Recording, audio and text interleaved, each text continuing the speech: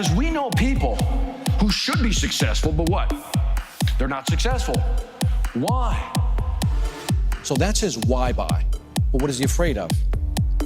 My personal style of education, but still entertain them, bring them along with stories, right?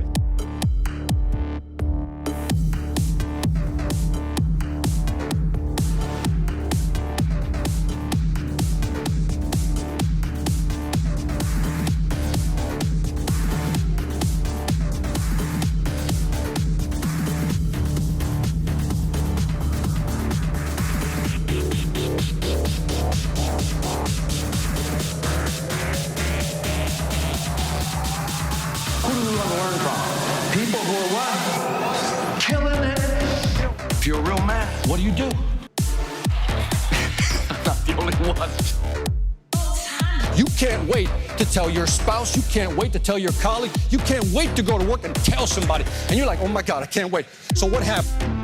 If you haven't seen my TV show, you should get cable. That's what you need to do. From doing a TV show to doing corporate events, I've been so lucky to connect with many passionate entrepreneurs worldwide. What I've learned from a business perspective. Because this is the formula for success, no matter who you talk to. Attitude will drive your behavior. Would you agree? And your behavior will drive your consequences every single time. All right, we got the concept. Okay, we got the concept. We got the equipment, right? We got the brand. You guys got that. And then again, we got the content that we create. That's the easy part. This is the big one, the big C, which is the commitment. What should you do? That's right. All right. 10Xers, do not fail me. True test. Here it comes. There's skill, and then there's will. Listen to what I'm saying. There is skill, and then there is will. And here's the interesting thing. I know a lot of people who have a lot of skill, but have no what? Will, right? You ever look at somebody who's successful, and you say, why them, why not you? Yes, okay, that's me too. You have more control, but your costs are also going to be what? Higher. Now, here's where some of the magic is starting to kick in. You can talk to any CEO in the B2B business, any CEO. You walk into his office and they only care about three things. People too. Yeah, he with the suit, put it up. There you go. I hope you can see this. I'll try to draw big. Let's pretend for a moment that I had 7 territories. You remember I wrote that out? Yes or no? Boom. Territory 2, territory 3, all the way to territory number what? 7. So now I've segmented my market. So content is going to start being created by machines. And I'm telling you right now that those people, you guys, the content creators that connect with people are the ones that are going to win. Some people think, well, it won't work for my industry. Really? It'll work for any industry. Trust me. The majority of the time when we're looking to fix something, repair something, or learn something, where do we go? YouTube. We don't even want to read anymore. We go to YouTube. Tell me if I'm wrong. Tell me if I'm wrong.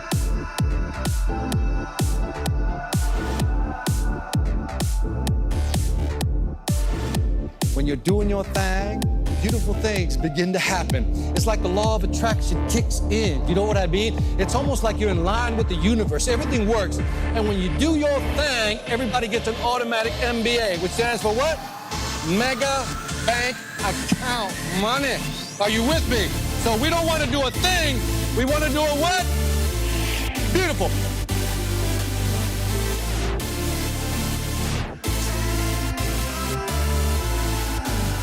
All right, put it all together for Victor Antonio. Here we go. All right, there we go. I'm not here to mess around. You ready to learn, yes or no? That's how it works in today's market. Whether it's B2B or B2C, you see the similar patterns.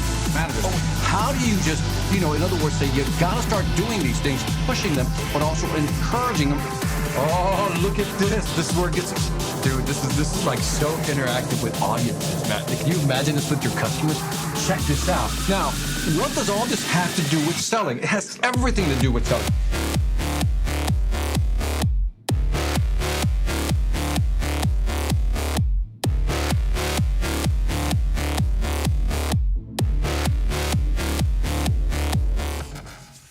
All right, welcome to another Sales After Dark, because money never sleeps.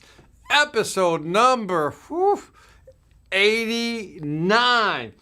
89. So anyway, if you're watching this on the replay, here's how it works. I'm going to say hi to my peeps here for a little bit, so you can fast forward about 5 minutes, then I'll jump into some content, about maybe 15 minutes of content. Then we'll do some Q&A at the end. So let's see who's on the board. Oh, my man's already here from Las Vegas himself, Brian Gator Morrell, man. Hope you're doing well out there. My girl, there she is, West Coast in the house, Mia Knox. Always glad you're here, Mia. Rogelio Jacinto. I just like rolling that R for you, man. Insurance agent from Salinas, California, 831. All right. My man, TJ. Like first before you comment. That's funny. I just did. Good day, Master VA. Hi to all the SAD peeps, man. Kosh Patel. Yeah, that's right. The big 8'9", man, Patel. Getting there. Elkin, que pasa? Hello, team. How's everything going? I wish you get the best out of this session as always, man. Hope to do the best, man. The Air Force Guy, RV Reviews, and more. Dude, that's probably one of the longest titles I've seen in an avatar. Good evening, man. Brian, man, thank you for joining me from Maryland, man. It's got to be a little chilly up there. Got to be a little chilly. Richard Williams, Kia Ora Victor. I have no idea what that means. Is that something cool? Let me know what that means, man. I don't know what that means. And my man, Chris Stone. If you love the intro, you love the stuff that you see online, like I said, all the videos, that's the guy that produces them. So if you need some video work, that's the dude. Just don't give him too much work, because then he doesn't have time for me, and that's never cool. Let me see. I just realized you sound like David Letterman. I just realized you sound like David Letterman, Master VA, while I was watching your Sales Influencer podcast yesterday. Really? You think so, huh? I don't know about that. Holy bucket. Herb Walsh is showing up. Everybody, stop the presses. The man is back. What's happening, Herb? Long time. No C/here. Let me see. Looking forward to seeing Jim Dickey's Sales Influencer podcast episode. Jim Dickey is one of those guys that I really like him because, first of all, you know, he's been around the sales game. He was part of, I think it was CSO Insights, that magazine. And also, he's one of those guys that I look up to when it comes to understanding also artificial intelligence and how it plays out in selling. So we had a great conversation. So check it out. So again, if you haven't looked at my Sales Influence podcast, you should check it out. Also, Spencer Ripley, man, Alpharetta in the house, 89. What a journey. You know what I think I would do, Spencer, man? I think when I get to 100, I'm going to start summarizing. Like, I got to prepare, like, because we're only like 11 episodes away. So I think for episode 100, I'm going to spend that whole episode on all the cool things and all the business that's come my way because of doing Sales After Dark. I think you guys will be somewhat surprised. So anyway, my man Duck 1511. Okay, bam, right back at you. Cast ahead. Again, it's a good episode we got coming. TJ's back. Love that I help you float your soap. Tagline, man. Hey, man, anything you do to help, I appreciate it. Hey, VA, how you doing? Unknown user. I am doing good, man. And again, before you guys forget, like I said, if you can share this with at least one other person, that'd be cool. I'd appreciate that. Cup of Tea is back. Hello, Cup of Tea. Chris says, hola. Hola, Chris. What's back at you? Luther Vasquez. Hello, Victor. Ready for this one from Lubbock, Texas, man. Sorry, man. I just like that. First time jumping in the live, Chris. The place to be. Where you been? This is episode 89. Where have you been, man? Okay. Rod Vidre. Your man Rod is in the house, which means I'm going to have some tough questions at the end. I know that's what that means, man. Welcome, Chris. We got New Zealand in the house. Richard Williams greeting all the way from down, way under, man. So thank you for joining me. One more, then we're going to just jump into it. Acadiana Hydro Clean. Hello, all. Thank you for joining us. Let me know where you're from. All right. Hey, before I get going, I didn't want to forget this. I'm working with my man, Chris Stone. We got a couple more people jumping on. I got to grab these, man. Sonu, how you doing, man? And then Inquisitor's back. Thanks for being back. I've been working with Chris Stone here, Cast Ahead, and what we're doing is we're selecting a lot of these Sales After Darks, and a lot of these episodes, people said, you know, Victor, I don't want to hear the pre-talk. I don't want to see the question and answer. I just want the content, and I wish I could just watch the content on the replay. Just give me Sales After Dark. I just want the content. That's all I want. And because you requested it, this is what you should start seeing on my YouTube channel. Here is a replay, just the intro, of what the new Sales After Dark replays are going to look like.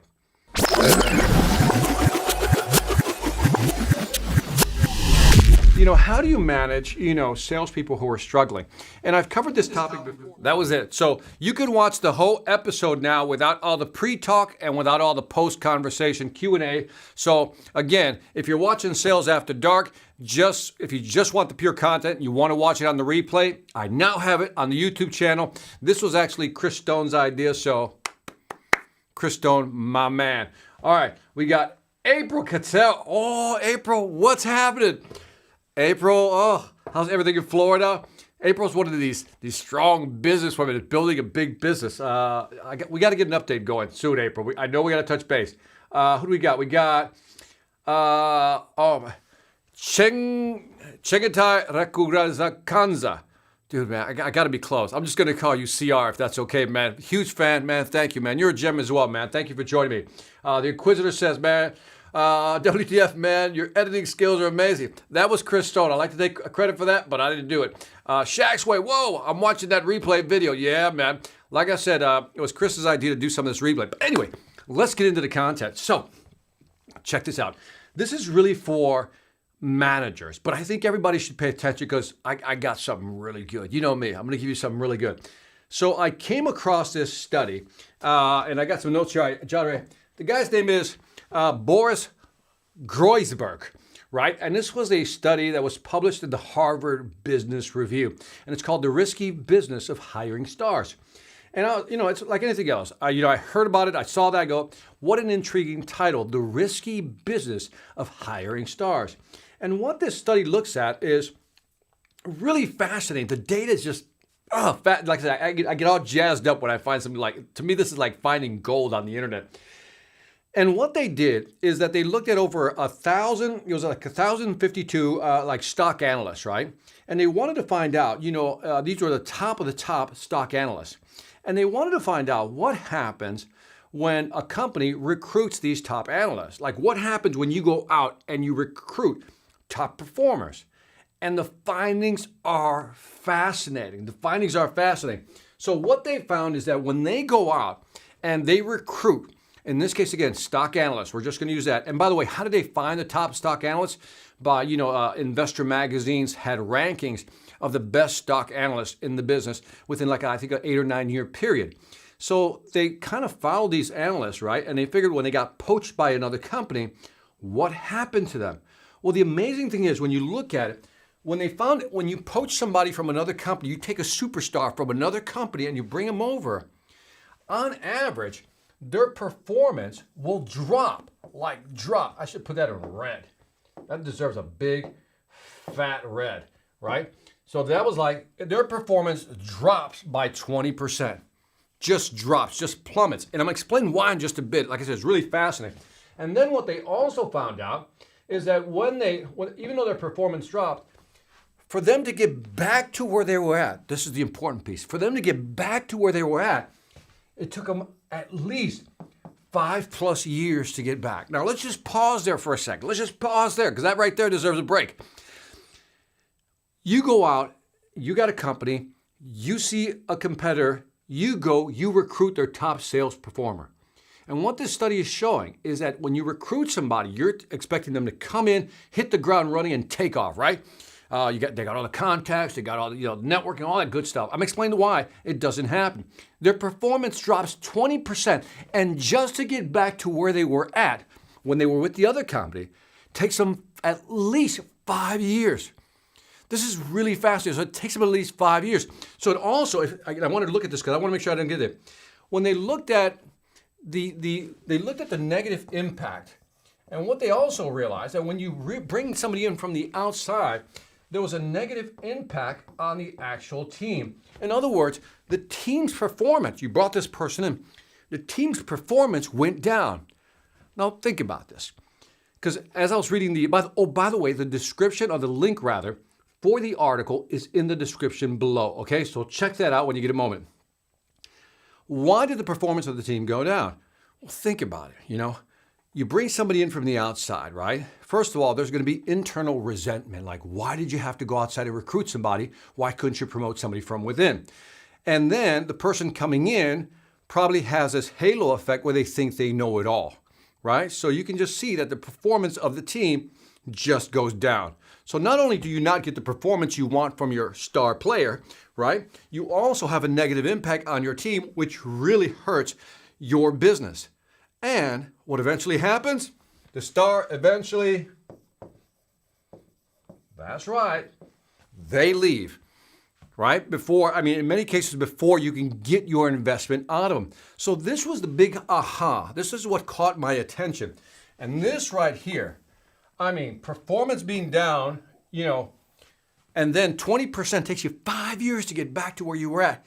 Incredible numbers. Let's go further into the study. What they wanted to look at then is, like, why does that happen? Why is it that a star performer's performance goes down? I'm going to give you two big components, but here's one of them.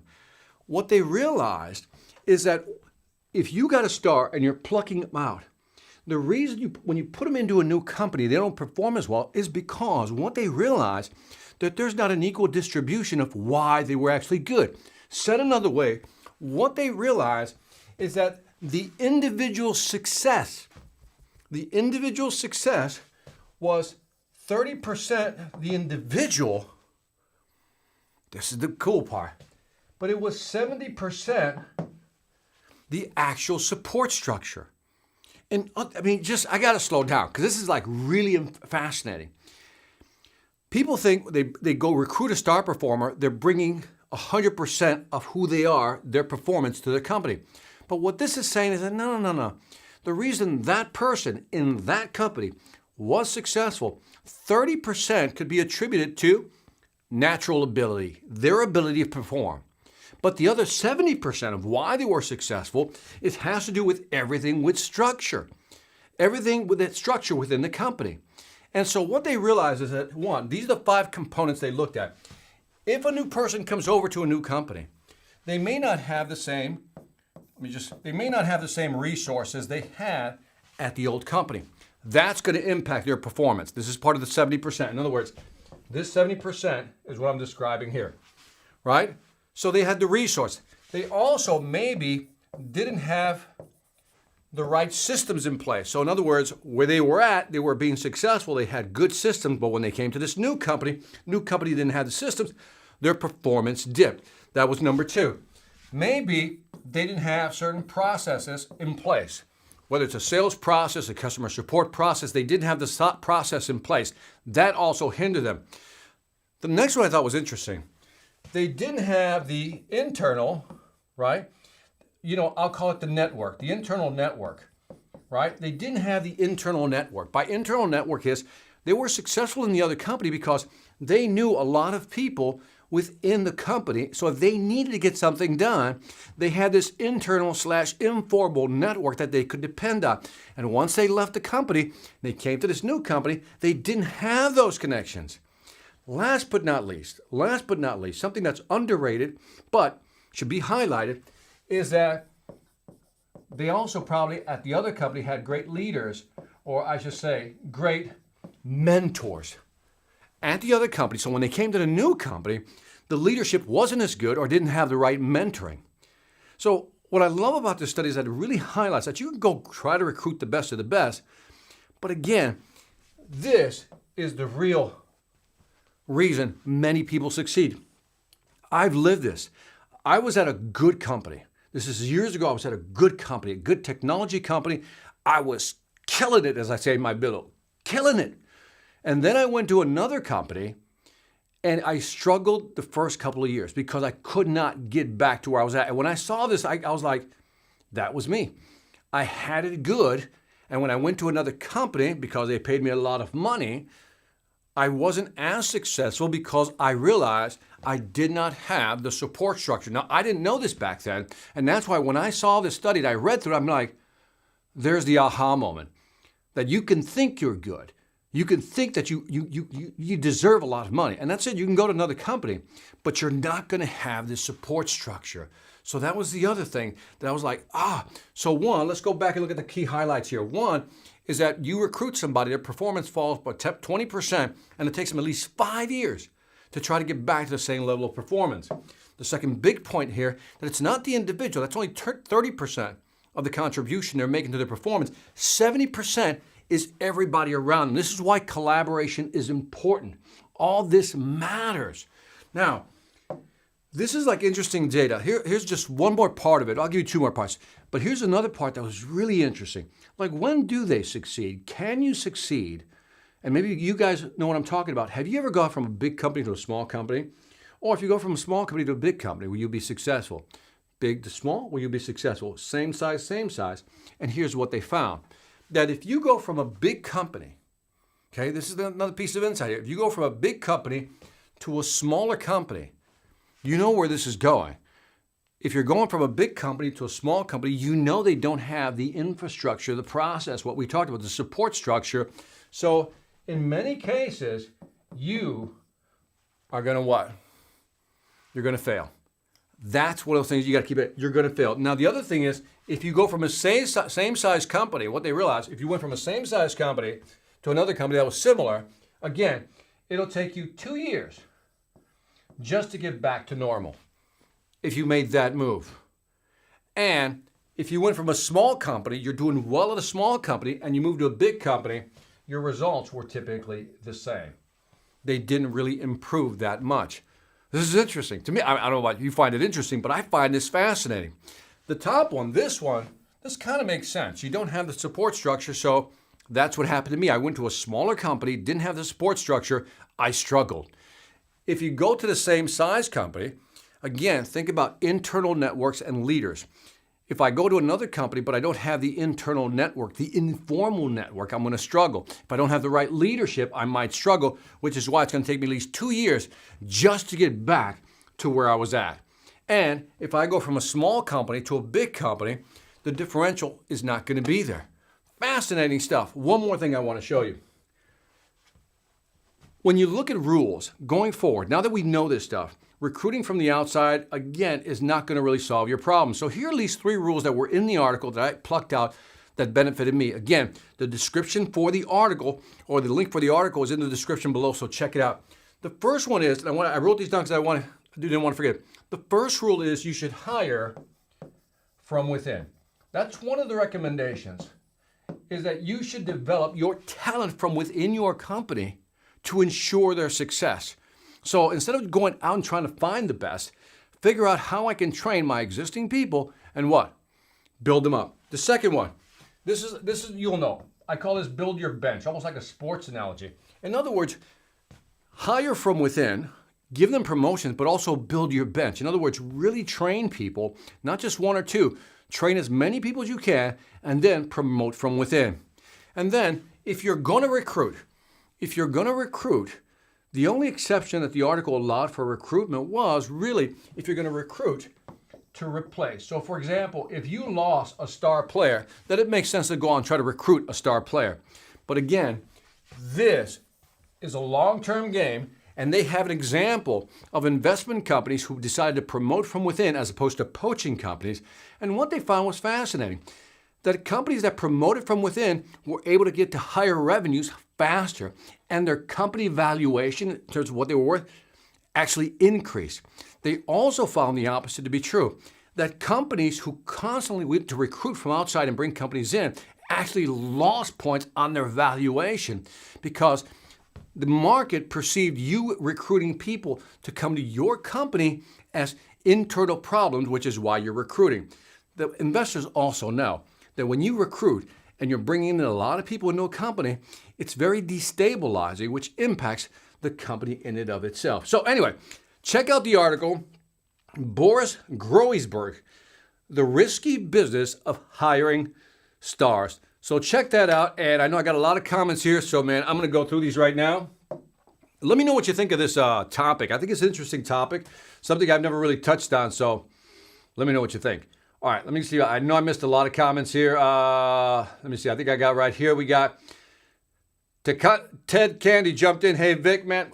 Welcome, man. Welcome. Good morning from Mumbai. Arvind Talawar. Thank you for being here, Matt. Thank you for waking up early. We also have Louisiana. I'll just say Louisiana. Acadena Hydro Clean from Lafayette. Thank you. Looking forward to it. April, we'll have to connect again. And we talked about that again, you gents. So I repeated some of these. Let me just skip more. You should set up a boom mic above and behind the whiteboard. All right, I'll do my best, man. I'll do my best on that. But did you like the content, though? That's the key part. How's it going? Whatever happened to Pete? I wonder where he is. He's somewhere. Do you think that would be the case if someone had online presence like you to Facebook? I don't know. I think if they have, that's why people pay for influencers, right? To buy influencers. I guess this is just about like recruiting talent. So if there's somebody online who has a presence, an influencer, that's a totally different topic. I don't know. I'm not going to guess at that one, but great point. Great point. It's like having an implant in your body. That's actually what they said, Inquisitor, in the article. Did you peek at the article already? Because they talked about it's almost like a heart implant, right? Is that when you put the heart in there, sometimes it takes, sometimes it rejects it. And so it's very similar. So if you didn't read that, man, you're prescient, man. You got that. Victor, you're great. You really put in the work and care about us. I do, James. I do, man. I try to find good stuff for you guys. There it is. 30% individual plus 70% equals 100%, man. It really drives home the point on teams and support structure. So I like that. Sparrow's Tail, what's happening, man? Thank you for joining us. Inquisitor says, what happens if a superstar is recruited to a new company with all those 5 qualities better than the former?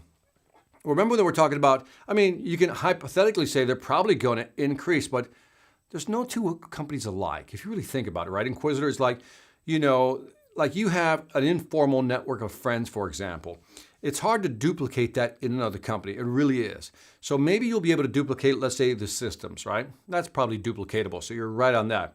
Processes, I'm almost sure they're probably going to be different. But even if they were kind of the same, I'll give you that one. But then how about leadership and mentors? That's a big one, man. I don't know if you could replicate that in another company. Maybe.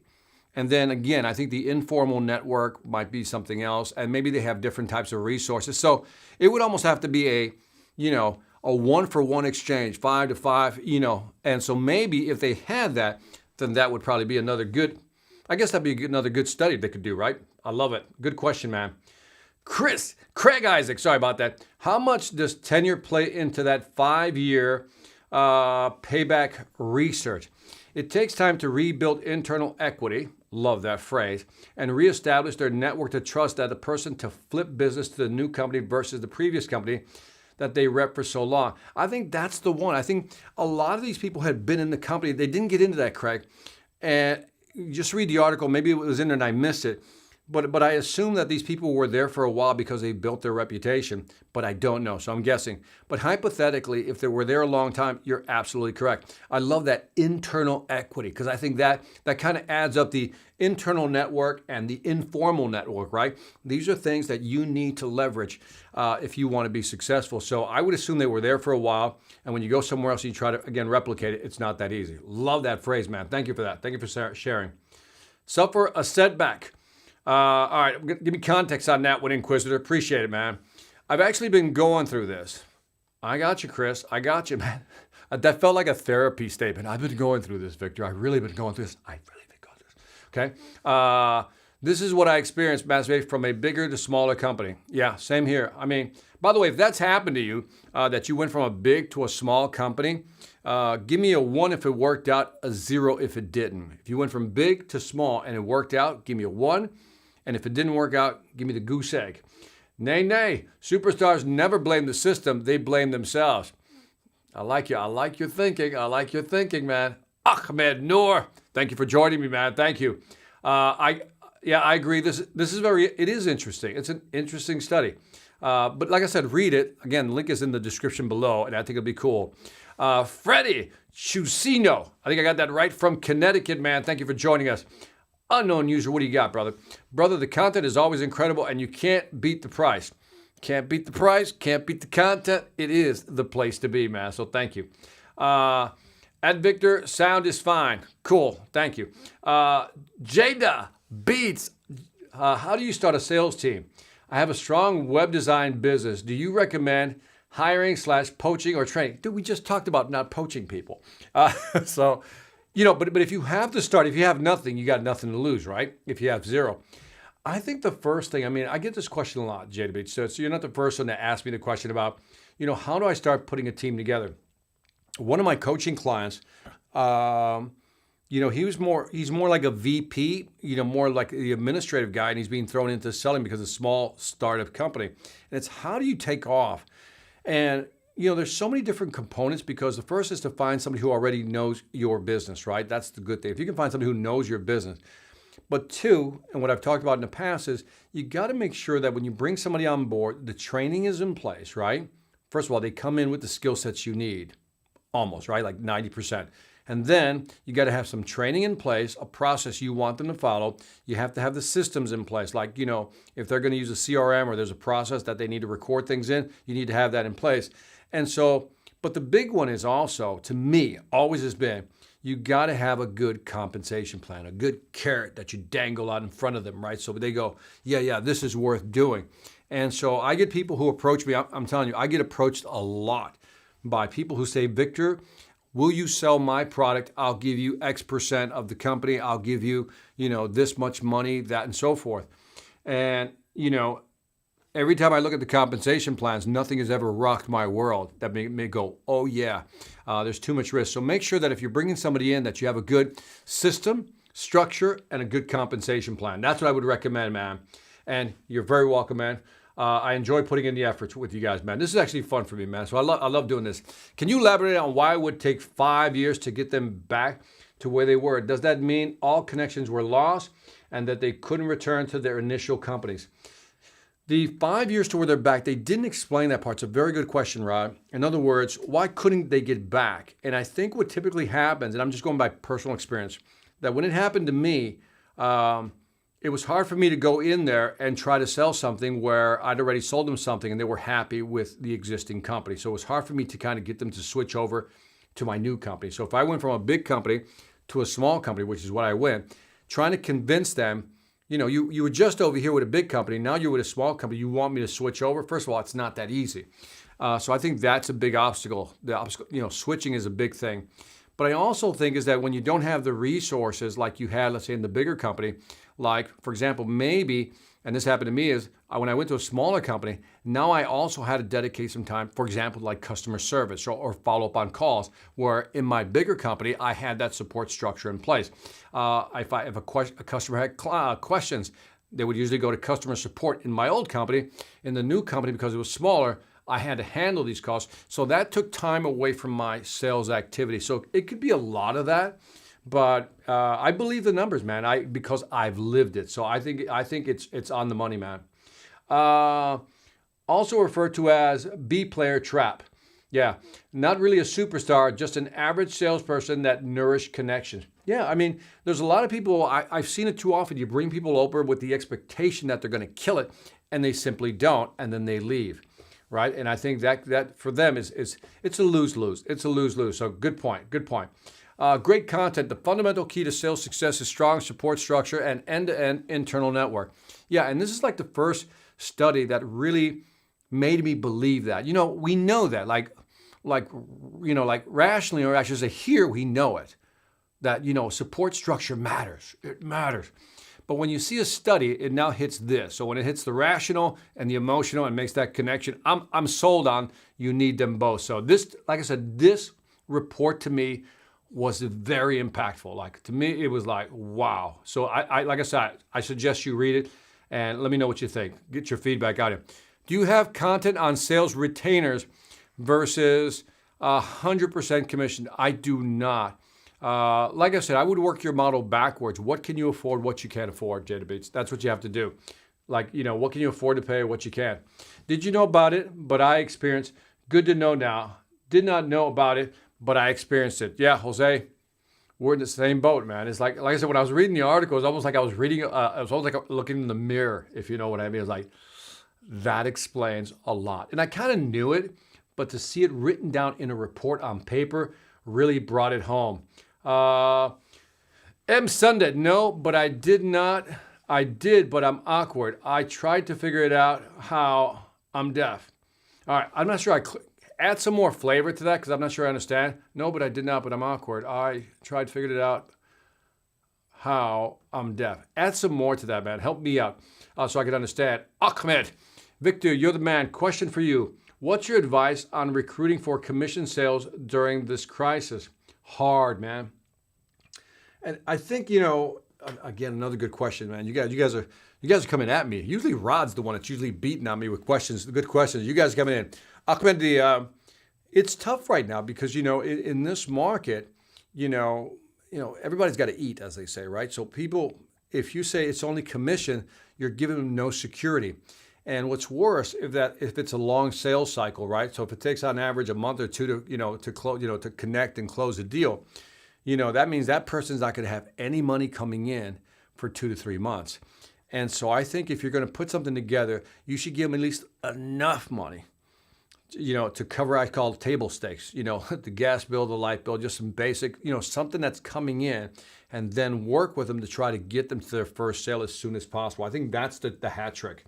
If you can bring them in with as little as you can, with as little money, but yet keep them motivated and help them get to that first sale, I think that's how you get the engine going. So, by the way, and there are people out there who love commission, who just like, yeah, I'll work for commission. So you got to find the right people. But those people say, yeah, I'll work for commission. Those are few and far between. They're harder to find. But if you can find one, there you go. So yeah, Kristen, I hear you. Herb, on the 100 video, I would like to know what the breakdown is for live viewership across each platform. I can do that. It's funny how the numbers, and Christo knows because we have the conversation often, is that these numbers they cross-pollinate. And so we can talk about those because it's really fascinating how this Sales After Dark drives traffic to my Sales Influence podcast. My Sales Influence podcast can drive something to my, before I forget to mention, my Sales Velocity Academy, right? So the Sales Velocity Academy is doing exceptionally well. Again, if you haven't looked at the Sales Velocity Academy, look at the Sales Velocity Academy. The courses in there are awesome.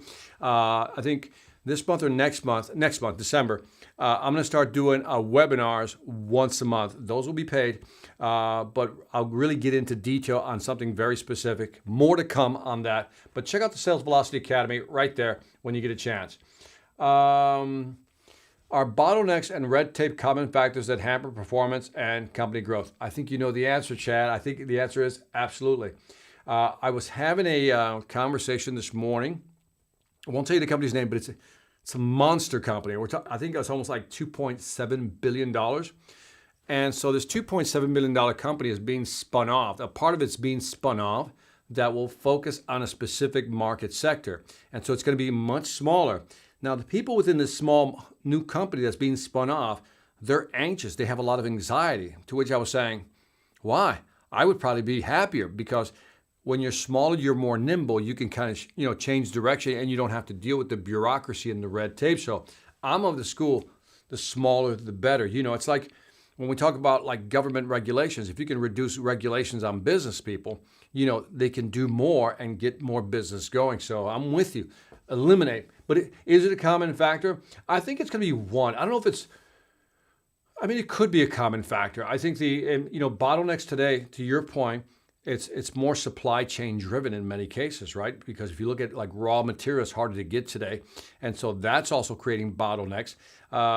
Companies are having to reduce costs. So they have less people trying to do more. So like you can say that's a human capital bottleneck. And that would be another way of looking at it. So, and then slap on top of that red tape. Yeah, that's a recipe for it. Not so good. TJ said it worked for him when he did it. Good for you, man.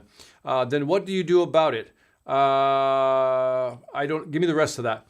Inquisitor, you said superstars fail when they are recruited from big companies to small, but superstars never fail. They simply suffer setbacks. Yeah, by the way, I'm not talking about their mindset. What they were talking about, if your revenue number was, let's just say your revenue number was, you were making $1 million.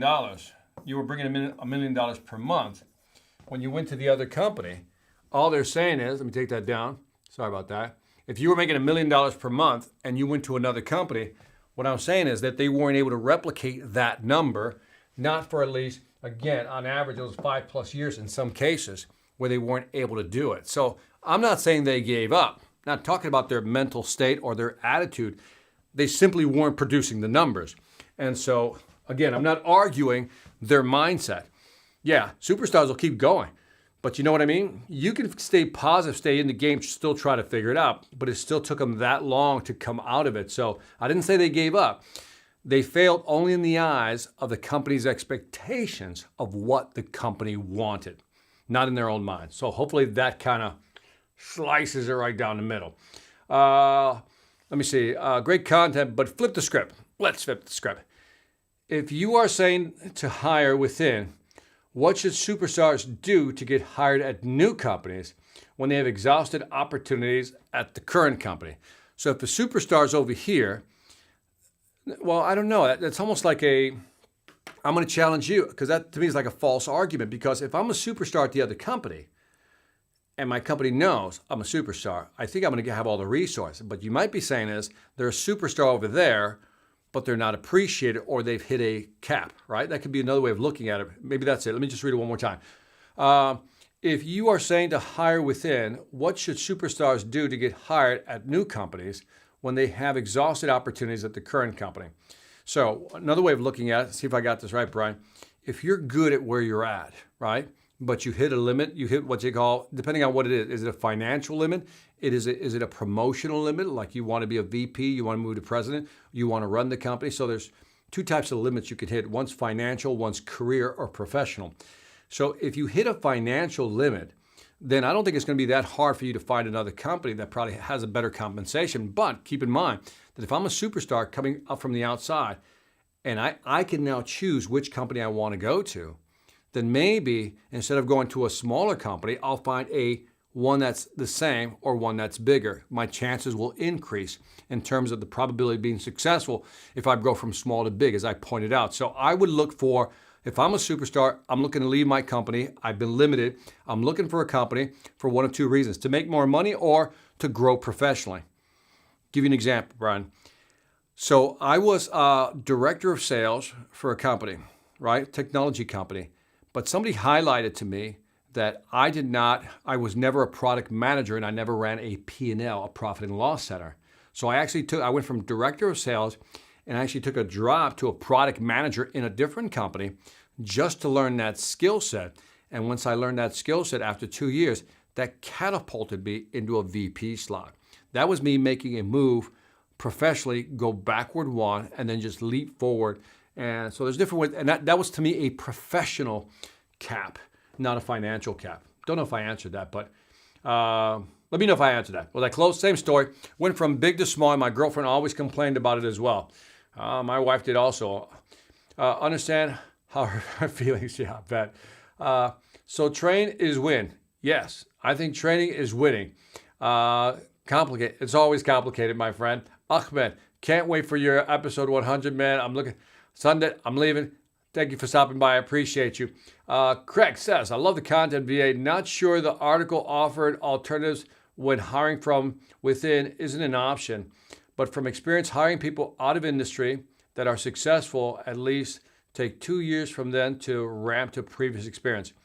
Is it a wash? Could be. I mean, that's a good point, right? Because sometimes it takes somebody from another industry. You know, it really comes back to this, Craig. I mean, if you think about this, you know, we can read all the studies we want, right? Read all the studies we want. But I think TJ was kind of alluding to it, that if you hire a person who has the right attitude and also can figure out, this is the key part, can figure out the right activities, that type of person can probably overcome.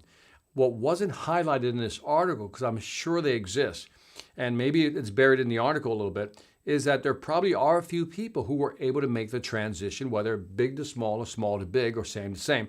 They were able to do it. The question is, how do you find those people?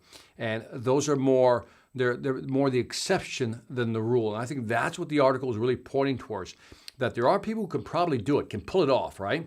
Again, big to small, small to big, same to same, and can pull it off because they understand and they can adjust. They have high adaptability and they're persistent. But again, it's an exception to the rule. And how do we find those right people who can do that? And that's kind of like what Brian's asking also. So good point. So I think it might be a wash, maybe. I don't know. That's a hard one. I recently went from small to big, but in a different product/service, all new contacts. I find I have an abundance of time to actually sell as opposed to doing my own support work. That's what I'm saying. If you go from small to big, you're going to have more resources, so you're going to be able to do more things. And again, it's going to be a plus, man. I think it's going to be, and plus you probably feel a little more energy, Brian, if I can superimpose, or, what I think you're feeling is that you get more energy.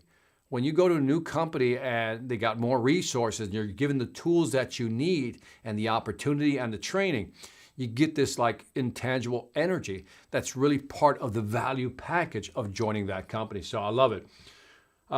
Projecting equal to higher results in just 3 months. See what I mean? This is what I'm saying. Craig, this is exactly what I'm saying, Craig. This is a situation where he doesn't, Brian doesn't fit. So I get it, man. I get it. Inquisitor, I personally think a lot of superstar success relies heavily on team's chemistry and familiarity with the 5 traits within the support system of a sales force you just mentioned. I would agree with you 100%. Got no problem with that. What happens when top performers switch industries? I don't know. I didn't talk about that. Like Brian was saying, he probably switched different product/service, and he's ramping up and he's going to hit his number in 3 months. So talk to Brian. He's got the answers, because, that's pretty impressive, man. So great question. Me, earning through commissions only, love it. Marisela Aguirre from California, thank you for joining us. Sir, I am a student from India. I want to become a businessman, so how can I start my journey? You've just begun. You start here. Like I said, it's all about learning. Look, the art of selling will never go away. If you know how to sell, you'll always be successful in your business. So keep in mind, learning how to sell is the essential element in any business. Anyway, we got a bunch here from Legend, but I got to tune out of here. So let me do a kind of final wrap up here. Final thoughts for the evening. So check out the report. Again, the links below. Would love to hear your, after you read the article, hit me with some comments. I just think it's fascinating to think about the fact that we often think that recruiting people from other places is much easier than building or structuring, or promoting people from within. And this one kind of shifts our paradigm a little bit. And before I forget, please subscribe to this channel if you haven't done so already. Also, hit the like button. If you like it, smash that thing, and then hit the share button over here. Share it with at least one other person. I would appreciate it. And so the other thing is, to me, the big aha was that 30% of a person's success is who they are, their abilities, but the other 70% was the actual structure around them. Man, that right there is just huge. And on that note, I'm going to say goodbye to you guys. Like I said, we'll see you on episode 90 in a few days. Thank you for joining. This is Victor Antonio with another Sales After Dark, always reminding you, selling ain't hard when you know how. Take care. See you next time.